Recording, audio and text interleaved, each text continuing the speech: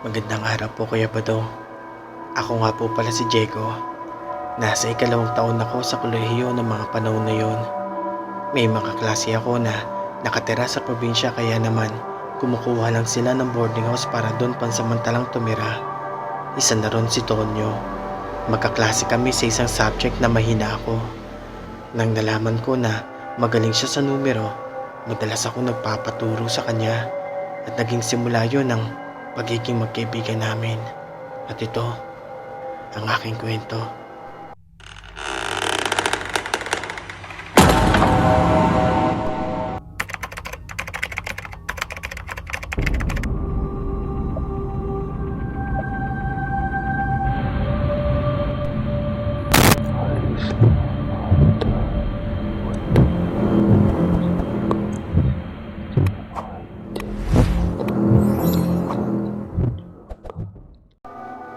Kuya Badong, paminsan-minsan ko na rin siyang dinadala sa bahay.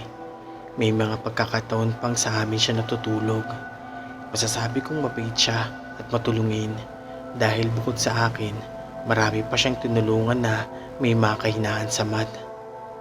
Kahit si Papa nagugustuhan si Tonyo dahil sa kabaitan nito, hindi rin to nauubusan ng istorya kapag magkukwento sa amin.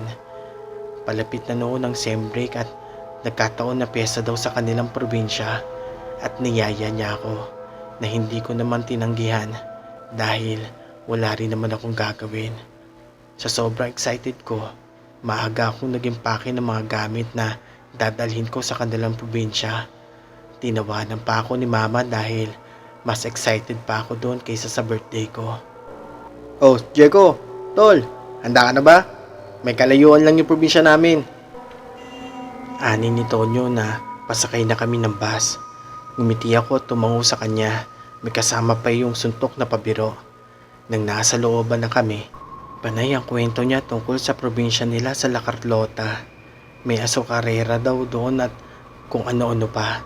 Hindi siya naubusan ng kwento hanggang sa narating namin ang terminal ng probinsya nila. Sa totoo lang, yun ang kauna-unahang pagkakataon na nakapunta ako ng probinsya. At habang nag-aantay kami ng tricycle, papasok sa kanila, napansin ko ang titig ng mga tao sa akin. Siguro, nagtataka lang sila dahil baguhan ako sa lugar na yon. Hindi ko na lamang yung pinansin o sinabi sa kaibigan ko dahil alam kong pagod din siya. Sa biyahe tulad ko, halos 3 oras rin kasi ang ginugol namin. Bumungad ang malaking bahay nila Tonyo sa amin. May malaking gate sa harap. Natanaw ko ang mga halamang halatang inaalagaan ng maayos. Nakita ko yon dahil bahagyang nakabukas ang gate nila. Sinabi ko pa sa kanya na nahihiya ako pero hinatak lang niya ako papasok at pinakilala sa mga magulang niyang ngiti-ngiti nang lumapit kami. Napansin ko rin ang abalang mga tao sa loob ng bahay nila. Agad rin naman niyang sinabi na naghahanda sila para sa piyesta at bukas na yon. At dahil ayaw ng papa niyang si Mang Pedring na tumulong kami, pinasyal muna ako ni Tonyo sa labas. Natanaw ko ang malapat na taniman ng palay na pagmamayari nila. May mga nyoga din sa likurang bahagi at ang kagubatan na di kalayuan.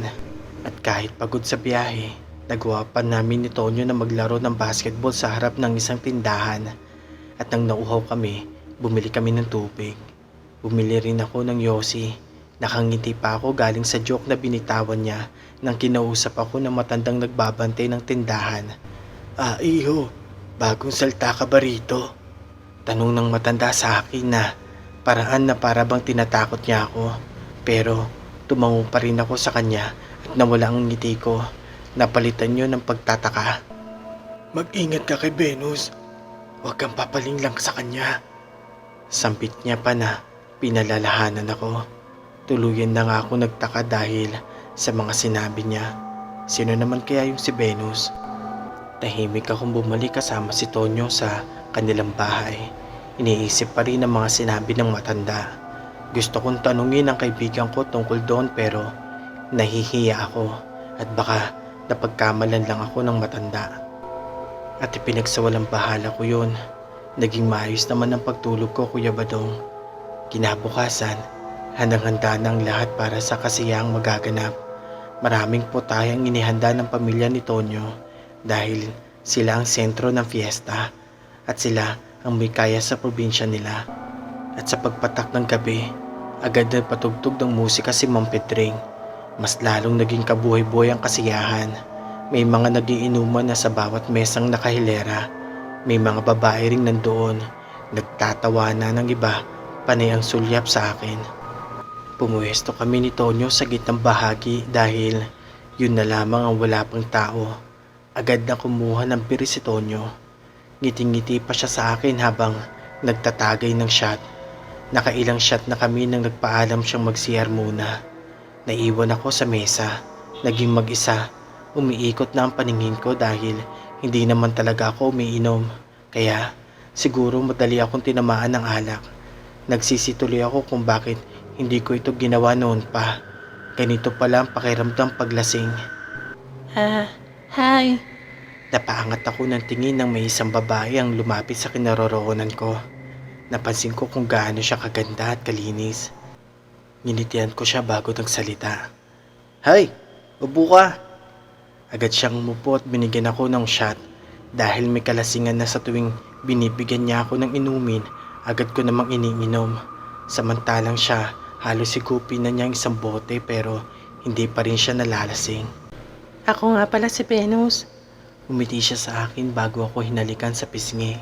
Kahit umaalon na ang paningin ko, nakaramdam pa rin ako ng kung ano sa aking sistema dahil sa halik na yun. Ako si Diego. Nauutal pa ako nang bagitin ko yon dahil ang mga kamay ni Venus nasa kahita ko na. Pumigit ako ng ilang saglit at nang minulat ko ang aking mga mata, nasa kagubatan na kami at madilim na madilim yon. Sa mga oras na yon, nahimasmasan talaga ako sa aking kalasingan. Paano kami napunta sa kagubatan, gayong nasa kasiyahan lang kami kani-kanina lang. At nasan si Venus? Venus! Venus! Nasaan ka? Bakit nandito tayo sa kagubatan? Kahit madilim, pinilit kong makita kung nasan ang babaeng yon. Diego, narito ako. Tingnan mo ako. Anya sa boses na nangaakit.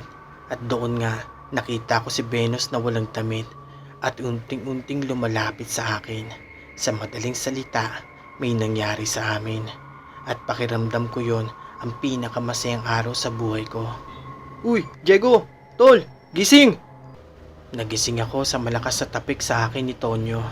Napabalikwas ako ng bangon nang makitang wala ako ni isang damit sa aking katawan at nakahiga lang sa mga dayami.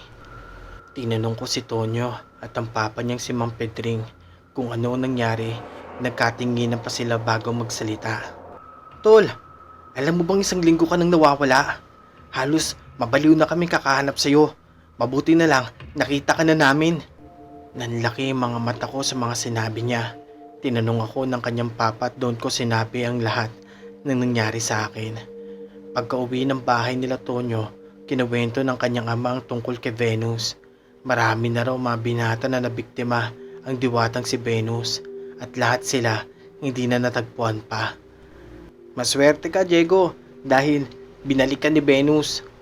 Wika ni Tonyo sa akin.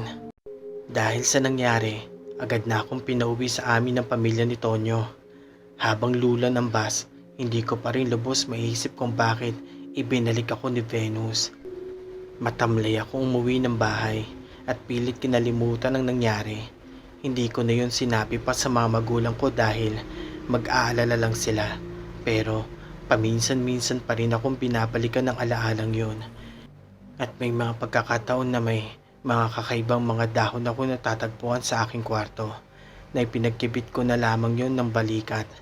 Nanaginip rin ako tungkol kay Venus at sinabi niyang may sorpresa daw siya sa akin balang araw. Ilang araw rin akong hindi nakakatulog ng maayos.